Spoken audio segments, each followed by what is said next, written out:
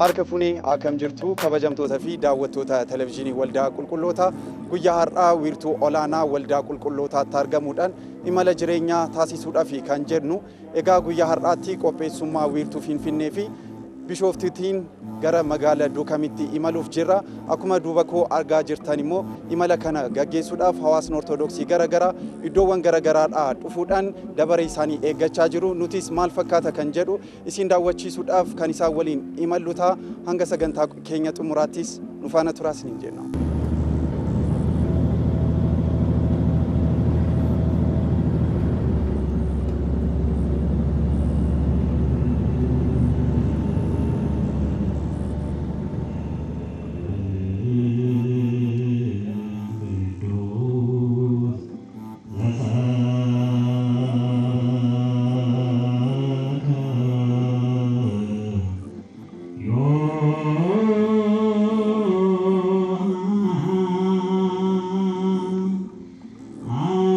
Egaa kabajamtoota fi daawwattoota televezyiinii waldaa qulqullootaa imala jireenyaa marsaa 22ffaa guyyaa har'aa wiirtuu olaanaa waldaa qulqullootaa irraa ka'uun yeroo ammaa kutaa biyya lallaba Duukam mana kiristaanaa qulqulluu Yohaannis Xaddeechaatidha kan argamu. Egaa imala furaa kana keessatti qophiileen garagaraa kan gaggeeffamanidha. Maal fakkaatu kan jedhus kan isin biraan geenyu ta'a. Hanga sagantaa keenya xumuraattis nu faana turaa isiniin jenna.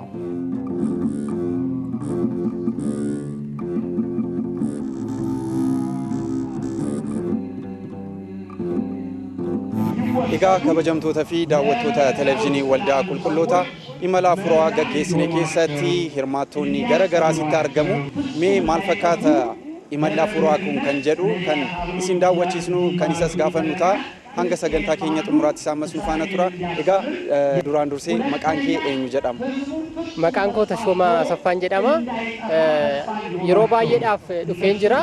Naannoo Bishooftuu Raayii naannoo yeroo 16ffaa taasifameera bara dheengaddaa qofaadha. Kana nafee yeroo baay'eedhaaf argameen jira. Faayidaan isaa hanga kana kan jedhamu miti. Faayidaa hedduu qaba. Akka fakkeenyatti kaasuudhaaf anaaf jireenya afuuraa kootiif baay'ee akkan cimuudhaaf kan duraatirraa kan akka addaatitti akkan mana kiristaanaa kootiif tajaajilu akkan deddeebi'uuf na taasisee jira jechaadha. Kanaaf jireenya kootii jireenya afuuraa kootiif faayidaa hedduu naaf kennee jira kan jedhu kaasuu nan danda'a. Warroota amantaa isaanii sababa loqodaatiif jijjiiran ni jiru. Kuni garuu sababa akka hin taanetti manni kiristaanaa keenya loqoda hundaanuu akka barsiisu hubadheen jira jechaadha asirratti.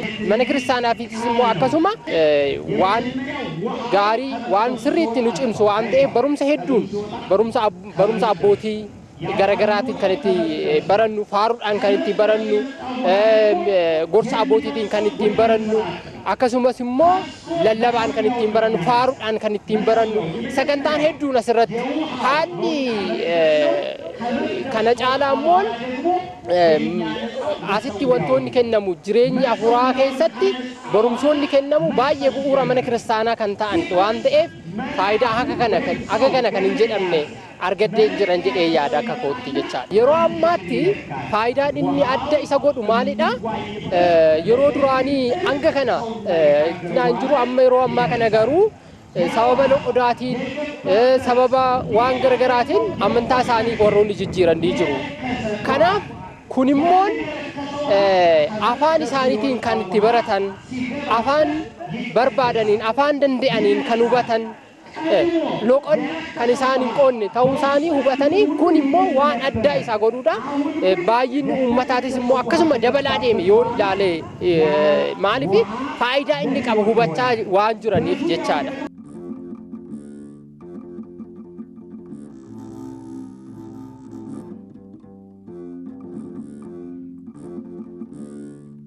Daaniel Alexis jedhama.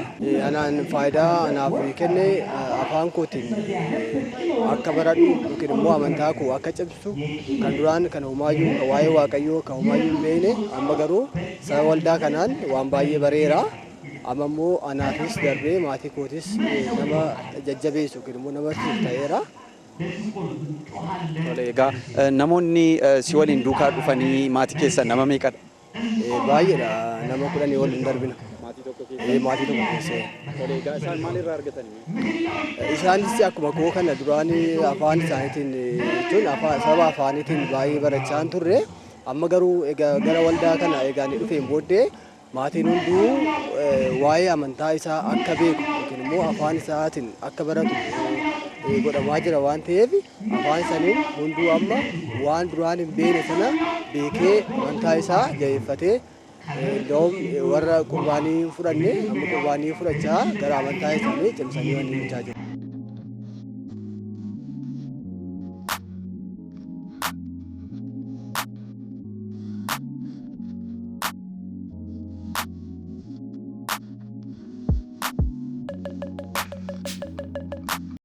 Maqaan koo Almaaz Dinagdeen jedhama. Jiraattu eessaati? Jiraattu Ganda Duukaa.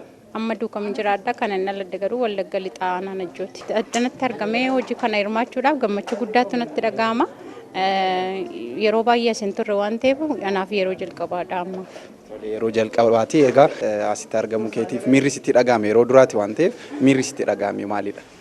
Baay'een gammade baay'ee tokko gammade gammachuu koo ibsuu hin danda'u jechuudha. Maabara kana irraati waldaa qulqullootaa kan naa godhe anaaf wanta baay'eedha waan ta'eef faayidaa guddaa anaaf ooleera gibbii gubaadha jalqabe waan ta'eef kanaaf sadarkaa gibbii gubaa irraa kaasetti waan ta'eef baay'ee nan gammada. Gaheen ati asitti ba'atte maalidha? Gaheen ani hojjetaa ture galgala kan dhufne irraa akkuma argamu kun hojii waxii irra turre. Ittoo qopheessaa turre jechuudha. Hojii waxii irra hin jira. Tolee amma fixaniirtu hundi keessan. Amma xumurree jirra. Amma gara mastangidoo keessummoota keessumsiisuu irratti deemu achitti deemuuf jenna. Maqaan kiyyaa barsiistuu Baay'uush Abbabee jedhama. Tolee jiraattu eessaatidha? Jiraattu magaalaa Bishooftuuti. Tolee egaa guyyaa har'aa imala jireenyaa taasifamu keessatti marsaa 22ffaadha. Isin asitti hirmaachuun keessa yeroo meeqaffaafidha? Akka magaalaa Bishooftuutti marsaa 13 hirmaadheerra. Marsaa jalqabaa fi jalqabee jedduutti marsaa 2 qofa sababa da'umsaatiin osoo hirmaatiin hafeera. Garuu marsaa 13f hirmaadheera. Imalli kun baay'ee gaarii kan nama gammachiisudha. Dadhabnullee yeroo gallee mana keenya geenyu dadhabbii keenya kan irraaffannuudha. Kunis kan ta'uu danda'e Waaqayyoo mana keenya wanta baay'eedhaan yeroo ani sitti dadhabee hojjedhu mana kootti immoo wanta baay'ee guutamee na eega waan ta'eef yeroo hunda hammam ga'eetoon yeroo biraallee hirmaannaa kan jedhu haala saniin hamma inni qaqqabuttillee yaadatii osoo dafee nu qaqqabe jechaati kan dabarsinuudha. Tolee egaa baroota darban keessaa haalli jiruu fi yeroo ammaa addadha. Egaa isiniif guyyaa har'aatti asitti argamu keessaniif addummaan kan isinitti mul'atu maalidha? Addummaan kan nutti mul'atu kan yeroo biraarraa adda kan ta'u imalli har'aa kun fuuraa kun addaadha. Maaliif akka magaalaa Bishooftuu duwwaa osoo hin taane akka magaalaa Finfinneetti illee waldaan qulqullootaa al tokko yeroo jalqabaatiif waliin adeemsisuun keenya baay'ee guddaa nu gammachiisudha. Kan biraa immoo muuxannoo wal jijjiirullee hojiillee warra barachuullee haala ittiin keessumootaallee keessummeessinu walirraa baranne waan ta'eef baay'ee gammachuu guddaatu natti dhagahama. Hojii keenya asitti akkuma argitan biddeenii fi daabboon asitti argama. Daabboon isin asitti argitan kun ummatoota naannoo kana jiran keessummoota gara mana amantaa isaanii kanatti dhufu keessummeessuudhaaf hirmaannaa isaaniitiin daabboon kun kan argame. Daabboon iddoo kanatti argamu baay'inni isaa difoo 304 ni argama. Biddeenni kun immoo sagantaa furaa kanaaf kan qophaa'e keessummootaaf gara biddeena 3,000 oliin kan lakkaawwamudha. Asitti illee kan hirmaatatii daabboo biddeena muruudhaan laaqanaaf qopheessuudhaaf kan hirmaatan gara hirmaattota nama 150 hanga gaaniidha. Shamarranis, dargaggoonnis, haadholiinis, abbootiinis kan irratti hirmaatanidha. Tolee egaa namoonni kana argaa jiran ni jiru. Kan hin dhufnes ni jiru waan ta'eef isaaniifis kan asitti argamaniifis immoo ergaa dabarsaaf himi.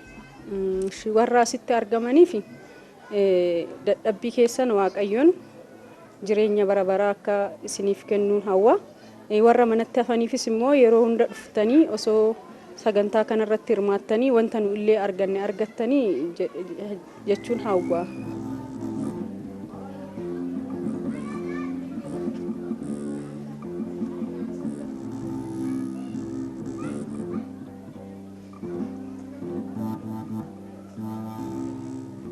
Maqaan kiyya obbo Adaana Dagafaan jedhama. Jiraataa ganda Xaddachaati, aanaa Xaddachaa. Tole egaa guyyaa har'aa imala jireenyaati kan aanaa Xaddachaatidha kan gaggeeffamaa jiru.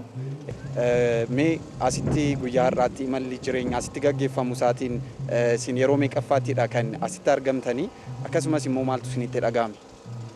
Imalli jireenyaa kun yoo gaggeeffamu nu biratti yeroo tokkoffaadha.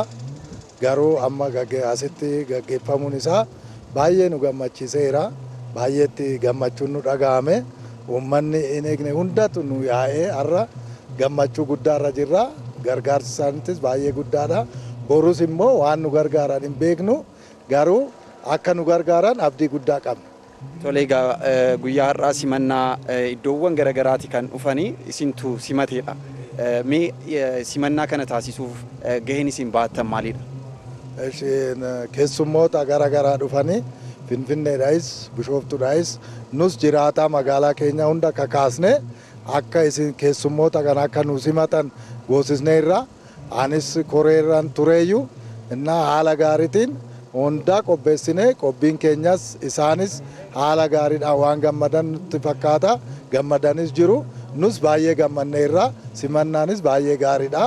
Isaanis immoo akka gammadan abdiin qaba. Tole egaa guyyaa har'aatti manni kiristaanaa Yohaannis Xaddachaa hordoftoota mana kiristaanaa Ortodoksii kan ta'an immoo hammamii yoo quba qabaattan nu ibsaa.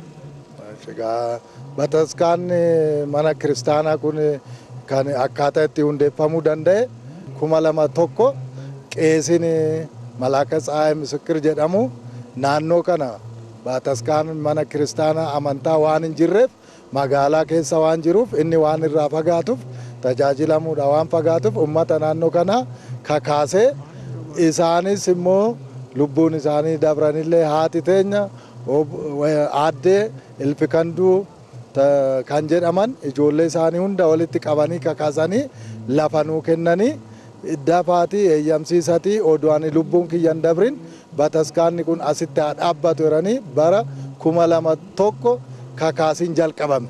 Achumaan kakaasnee lafarraa fudhannee koree misoomaa dhaabsisnee koreen misoomaa sun immoo abbaa keenya Abuna Gorgoriyoos Adaamaa bu'anii eeyyamsiisanii maqaanyoon ijaaramee manni amantaa kiristaanaa kun immoo bara 2002 xarrii yookaan amajjii guyyaa 30 nuu gale bakkanatti galee amma kenoo isa simannee itti tajaajilamnaa jirra jechaadha. Tole egaa yeroo ammaatti immoo gamoo haaraa mana kiristaanaatu ijaaramaa jira.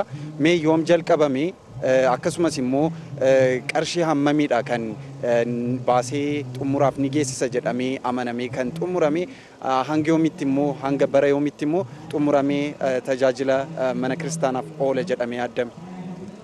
Egaa yoo bataskaana amantaa keenya kan hoggaa jalqabnu maallaqa illee hin qabnu iyyuu moloksichi bulchinni tun jalqabamu malee jedhee nu kakkaase asumatti tsuwwaa maabara Yohaannis kan nugnu warri waldaa sun walitti qabamne 5,500 ofirratti murteessine 80,000 qofa bichaa harkaa qabnaa ishumaan bara 2013 sanee bultii 19 lafa qofforsiisu jalqabne Bishooftuudha namoonni nuu kennan harka gaarii qaban nu faana dhaabbatanii ogguma san 500 walitti nuu qabanii nuu kennanii baruma san quffaaroo jalqabne ogguma san faawundeeshinii hunda baasne kinoo eeggasi walirra oduun ciccitin namoonni naannoo kanaatis namoonni kennaa baran nuu kennanii nus yeroo lama teleetoonii qopheessinee baran amma eega jalqabame oggaa afuraffaa isaati kinoo amma asirra jira finishingii bichaatu nu hafe amma herreegas hojjennee teleetoonii yeroo lama hojjennee baasii hundaa qabeen maateeraalii wajjin maallaqa walitti qabne wajjin herreega oggaa hojjenne miliyoona 27 finnee jira. Amma immoo kanaaf immoo finishingiin akkanumatti waan fixu nutti fakkaata yoo namoonni akkanatti nu gargaaranii too namoonni amma dhufan kunis hunduu warri biyyaatis hunduu oggaa nu gargaare oggaa lama keessatti waan fixnu nutti fakkaata. Yoo immoo gargaarsi duubatti jedhame amma fixu hin beeknu nu garuu akka yaada koreetitti waggaa lamatti hin fidna bara 2020tti hin fidne inneen eebbisisne innee yaada qabna. Finishingii kana fixuudha cufanaan, foddaan, koornisiin, ibsaan, ampooliin, si'iliin kun hundi waan barbaachisuuf meeshaan immoo dabalaa waan deemeef akka duraanis hin ta'u ammas miliyoona 20 ol nu barbaade innee yaada qabna. Tole egaa guyyaa har'aatti asitti argamuu keessaniif guddaa galatooma. Egaa imalli jireenyaa itti fufa waan ta'eef kan kana booda jiru duukaa bu'uudhaan ni imaltu moo akkamidha? Achumaan ergaa keessanis achumaan dabarsaa. Silaa nu takkitti harkaan qabne kana nus Waaqayyo umurii nu kennee amma xumurrutti biraan hafnu duukaa qabne irraa uummannis amma akkuma tanaan dura nu duukaa ka'etti fuulduras nu duukaa ka'ee nu xumursiisa innee yaada qabna. Uummannis baay'ee gammachuu qaba. Kanaafuu nus in xumurre innee yaadna. Waaqayyo umurii nu haa kennu, uummata keenyas nagaa nu godhe, nama xumurullee nu haa godhu. Kanaafuu kanan dhaama dabarsumoo namoonni waldaa kana dhufan kunis namoonni mana jiranis namoonni biyya alaa jiranillee sagantaa kana laalanii akka nu gargaaran jedheetan dhaama dabarsa. Kan nu gargaaranis wannoo daashinii lakkoofsa akkaawuntii keenya kan daashin baankii 5028 duwwaa 74 69 duwwaa 21 ta'a. Kan daldala Itoophiyaa immoo 11 61 56 57 39 yoo ta'u akkaawuntii kanaan akka nu gargaartanii du'annoo kun baadiyyaa keessa waan jiruuf gamoon kun akkaataa xumurree saffisee as ga'e kanaan akka xumurru nus akka xumurree gammannu uummannis naannoon kunis akka gammadu akka nu duukaa dhaabbattanii akka nu gargaartan jedhuun dhaamsa koo dabarfadha. Waan kana sagantaa kana nagaafatteef isinis galateeffadha. Galatooma.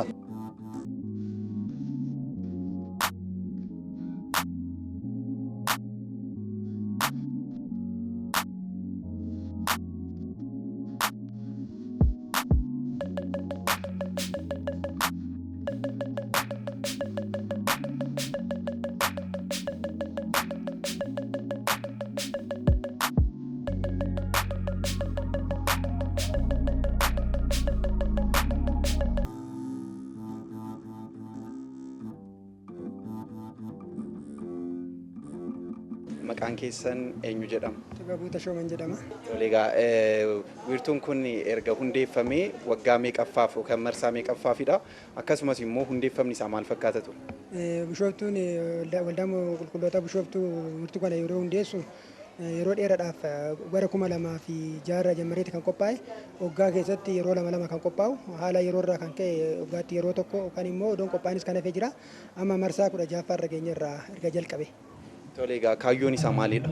Kaayyoon isaa uummata baadiyyaa uummata magaalaarraa wal jiran akkasumas qabne isaan immoo baadiyyaa san biratti tajaajila hafuura isaaniitiin akka ciman sagalee waaqayyoo baratanii akkasuma immoo gargaarsa beeksisa baadiyyaa hanqina baay'eetu jira waan ta'eef isaanis akka gargaaraman uummanni magaalaatillee yeroo baay'ee mana amantaa deemanii sagalee waaqayyoo kan hin baranne guyyaa dilbataa kana haala waan mijaatuuf hojjetaa mootummaas kan ta'e guyyaa kana waan argataniif namoonni baay'een sagalee waaqayyoo baratanii as keessatti lubbuu isaaniitti jireenya bara baraa akka argataniif akka jijjiiramaniif kan qophaa'u. Waldaa qulqullootaa keessatti ni tajaajila kutaa barumsaa irratti ni tajaajila barsiisota ramaddii barsiisotaa irratti ni tajaajila akkasuma waldaa kana keessatti yeroo guzoon qophaa'u haala addaatiin tikeettiin gurgurra. Fakkeenyaaf ani dhuunfaa kiyyaan tikeettii 140 firee takka odoon deebisin gurguree xumureera.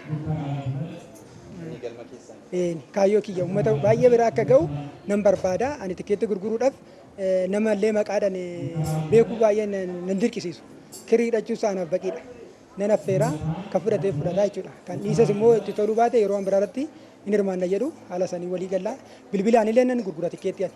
Gara tikeettii 15 kan ta'u bilbilaan gurgureera. Isaan qarshii moobaayil baankiidhaan naa dabarsu tikeettii immoo guyyaa irraa kenneefera. Ganama dhufanii iddoo konkolaataa seeniin tikeettii 15 kan kenne. Guddaa galatooma. Egaa imalli hafuuraa kun hawaasa kiristaanaaf akkasumas mana kiristaanaaf faayidaa maalii qabeettu jettanii yaaddu? Mana kiristaanaatiif namoonni baay'een batalee uummanni baadiyyaa yeroo yeroodhaan hin baratan waan ta'eef እንኳን torbeedhanii miti akka magaalaatti ji'atti illee sagalee waaqayyoon baratan waan ta'eef namoonni hamma kanaa kun immoo magaalarraa qabamanii gara namoota 5,000 kan ta'u asitti argamanii waan ta'eef 5,000 ol kan ta'u namoonni baay'een hoggaa asitti dhufanii uummata magaalaa kan hunda hoggaa argatan keessa isaanii gammachuu guddaa itti dhaga'ama. Kophaa jiraachuu isaanii isaanitti hin dhaga'amu. Edaa namoota ammanaatiin duuba jira kan jedhu gammachuu guddaa isaanitti dhaga'ama. Kophaa ta'uu isaanii kophaa jirra jedhanii keessa isaanitti wanti dhaga'amu hin jiru.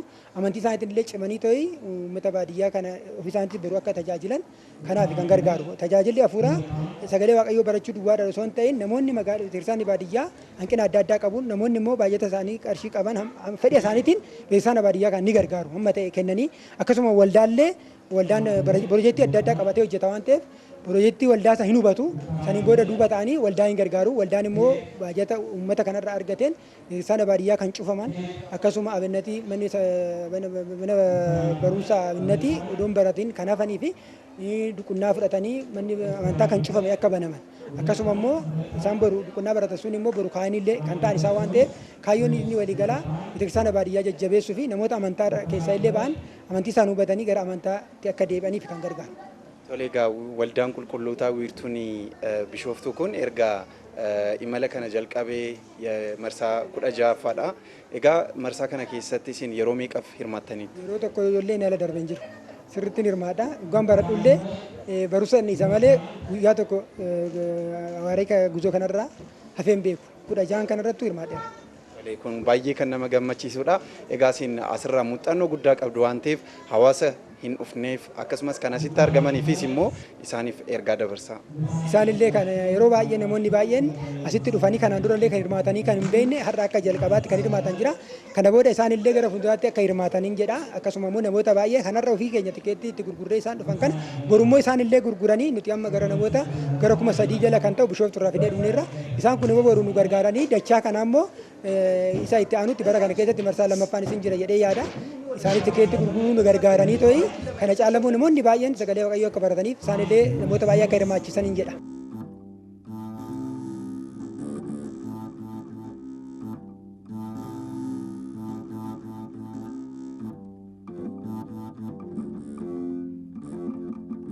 Maqaan kiyya Balaa Imaamoo jedhama. Maqaan cuuphaa kooti immoo Tasfaa Mikaa'el jedhama. Kanaan dhufe mana amantaa qulqulluu Naccoo Mikaa'el Dabra Miraatirra. Ani irra zuuri tokkoffaadhaan hafe guyyaarraaf tokkoffaadhaan irra tanaan dura iddoo biraarratti argee hin beeku. Anaaf irra yaaraa iddoo kanatti kan argaa waan ta'eef haalli isaa wangeela ittiin diriirfamaa jiru baay'ee namatti tolaadha. Sirriitti uummata kan barsiisuu danda'udha. Sa'aatii kana sa'aatii uummanni itti badaa jiru sa'aatiin amantaan garaagaraatti babal'achaa jirutti immoo sagantaan akkanaa dhiyaate uummata naannoo kanatti dhiyaate barnoonni fi wangeelli fi faarfannaadhaan guusuun wantoonni garaagaraa sirriitti dhiyaachuun isaatiin baay'ee itti gammadaan garbuuti. Faayidaan isaa sirriitti faayidaa guddaa qaba. Maayidhaa fi sa'aatii kanatti sa'aatii itti dargaggoon itti badaa jirudha. Sa'aatii uummanni warroonni karaa irra deemanii ittiin dogongorsaa jiran kanatti immoo wangeelli kun naannoo kanatti diriirfamee waxxaatiin yookaan dargaggoon naannoo kanatti argamee barnoota kana barachuudhaaf iyyaamaa ta'e bakka kanarratti argamuudhaaf anaafis uummata naannoo kanarrattis yookaan immoo bakka kanatti kan sabasabaman guutuudhaaf akka gammachuu guddaa ta'u abdiin qaba waan ta'eef fuulduratti immoo kana caalaa kana olitti hojjetamee baadiyyaa irratti akkuma magaalaa irratti biyaansi kun magaalaadha jedhama. Baadiyyaa irratti akkatti bifa kanatti babal'atee ta'u wangeelli kun rabsame baay'een itti gammada karkiyyaan. Namoota guyyaa irraa iddoo kana irratti hin argamneef dhaamsa ani qabuudhaaf sa'aatii kanatti sa'aatii itti mana amantaatti deemnee wangeela barannee sa'aatiitti waan baay'ee mana amantaa irraa itti argannudha. Sa'aatiitti fayyuu dandeenyudha waan ta'eef sa'aatiin kun sa'aatii ibidda keessa yookaan immoo sa'aatii yookaan foon keenya mo'atamne karaa addunyaatti akka hin deemneef karaa mana amantaatti dhufuudhaaf sagalee waaqayyoo dhaga'uudhaaf bakka kanatti dhufuu qabna waan ta'eef hundi keenya sagantaa kana irratti warroo hin argamne warri alas jirtan keessas jirtan bakka kanatti argamtanii yookaan immoo wangeela rabsamu yookaan wangeela diriirfamaa jiru kana irratti argamtanii akka hordoftanii fi akka dhaggeeffattan maqaa waaqayyootiin isin gaafadhan jedha.